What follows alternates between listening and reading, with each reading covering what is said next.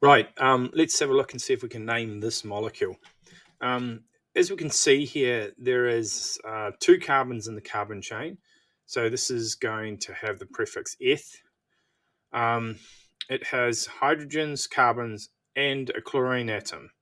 So this is going to be a haloalkane, and specifically because it has a chlorine atom coming off one of the carbons, it's going to have a prefix chloro, but it's still going to have the end of its name as ane. So this molecule is going to be called chloroethane. Notice we don't need to put a number because the chlorine atom can only come off the very first carbon, because we number from the side that gives us the smallest number, and that is 1. Okay, let's look and see if we can name this molecule. So we can see here that we have the longest chain of 2 carbons. So this is going to be an ethane. There's no double bond. There are 2 chlorine atoms attached though, so this will be a haloalkane. So we would expect it to have an ending of ane, but it's got 2 um, chlorine atoms or chloro groups coming off the first and the second carbon. We need to say specifically which atoms they come off, because if I just said if I just said dichloroethane, we wouldn't know whether they came off the first and the second or they both came off the first. So this molecule is called 1,2-dichloroethane. Right, let's have a look at this molecule and see if we can name it. So we can see that there are 3 carbons in the longest chain, and we can see there's only got hydrogens and 1 halogen coming off, so it's going to be a haloalkane. We can see that the substituent or the atom coming off is a Cl, a chlorine, or it will have the prefix chloro. And we note that it's coming off the first carbon. So the name of this is going to be 1-chloropropane. Okay, so let's have a look at this molecule. We can see this molecule has 3 carbons in the longest chain. We can also notice that it has a chlorine atom coming off the second carbon. Now, because it has a chlorine atom, and a chlorine atom is a halogen, this is a haloalkane. So the end of the name is going to be propane, and we have to write the chlorine group as chloro as a prefix at the start. We also need to give the number that the chlorine group comes off, because it could either come off the first or the second, and in this case it does come off the second carbon. So this molecule is called 2-chloropropane.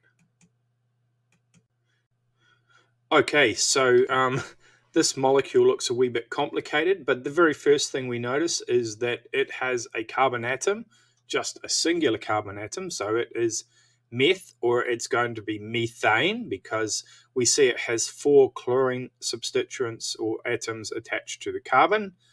So it is a haloalkane, and we are going to have to put a prefix at the start of chloro to say that it has chlorine atoms coming off. Now, if we had 1 chlorine atom attached to the carbon, it would just be chloromethane. If we had 2, it would be called dichloromethane. If we had 3, it would be called trichloromethane. But because we have 4 of them, it's called tetrachloromethane.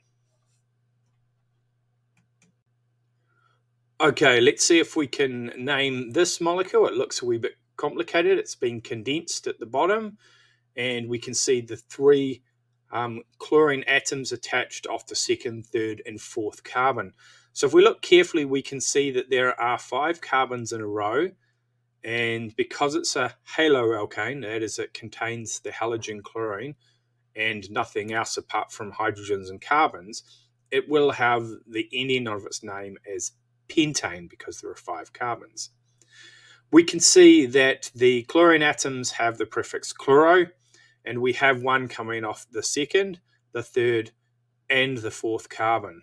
So there are 3 of them, so we're going to say trichloro, and they come off 2, 3, and 4. So our full name is 2,3,4 trichloropentane. Okay, so if we look at this molecule here and we want to name it, we can see that there are 5 carbons in the longest chain. There are 2 different substituent groups, or 2 different groups coming off the main parent chain. There is a CH3 group, which we would call methyl, and a Cl group, which we would call chloro. Because this is a haloalkane, it only contains a halogen, carbons and hydrogen. It will have the ending ane, and there are 5 carbons, so it's called pentane. Now we're going to have to name the 2 substituents, so we number the chain so that the halogen, which is more important than the alkyl group of CH3, the halogen has the smallest possible number, so it's coming off 2, the methyl group is coming off 4, and also when we write it, we have to write them in alphabetical order, so we get 2 chloro, 4 methyl, pentane. Okay, so if we look at this molecule here, let's see if we can try and name it. We notice that it has a longest chain of 4 carbons, so it's going to be bute. It only has hydrogens, carbons, and some halogens, the Cl, so it is butane. It has a methyl group coming off the second carbon and a chloro group coming off the first and the second carbon. When we write the name for this, we are going to write the chlorine substituent first before the methyl because they are written in alphabetical order. So our name for this molecule is going to be 1,2-dichloro 2-methyl butane. Okay, so if we look at this molecule, it's kind of interesting and it's important because it illustrates a specific rule. And the rule is that there is actually a hierarchy of branches as they come off the parent chain. And actual alkyl branches like methyl and ethyl are less important than anything else. The halogen is more important. So when we number this chain, we're going to start to number from the side that gives our halogen the smallest possible number. So we do that, and we notice we have a chlorine or a chloro group coming off the second carbon, a CH3 or a methyl group coming off the third carbon, and we see the chain is 4 carbons long. So we're going to call this molecule 2-chloro 3-methyl butane.